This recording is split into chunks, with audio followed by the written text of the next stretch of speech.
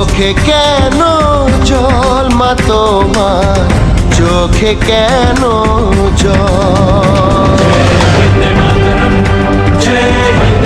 তোমাদেরকে আর কি বলবো, তোমরা হয়তো অনেকেই ভিডিওটা দেখে নিয়েছো। তা সব দেখার পরে আমার মন থেকে এটাই চাই যে এই 2026-এ এসে মা যেন তার সন্তানের জন্য সঠিক বিচারটা পায়। আমরা মোমবাতি জেলে যে প্রতিবাদটা করেছিলাম তার জন্য কোনো সঠিক বিচার আমরা পাইনি, কিন্তু এই 2026-এ এসে মা যেন তার নিজের সন্তানের জন্য সঠিক বিচারটা পায়, সেটাই আমরা চাই। আর যে বা যারা এই ঘটনাটা ঘটিয়েছিল তারা যেন কঠোর থেকে কঠোরতম শাস্তি পায়। মেয়েরাও যাতে নিজেদের মতন চলতে পারে, নিজেদের মতন নিজের স্বাধীন মতন চলতে পারে, সেটাই আমরা চাই। তা মা যেন জিতে 2026-এ তার মেয়ের জন্য সঠিক বিচারটাই পায়।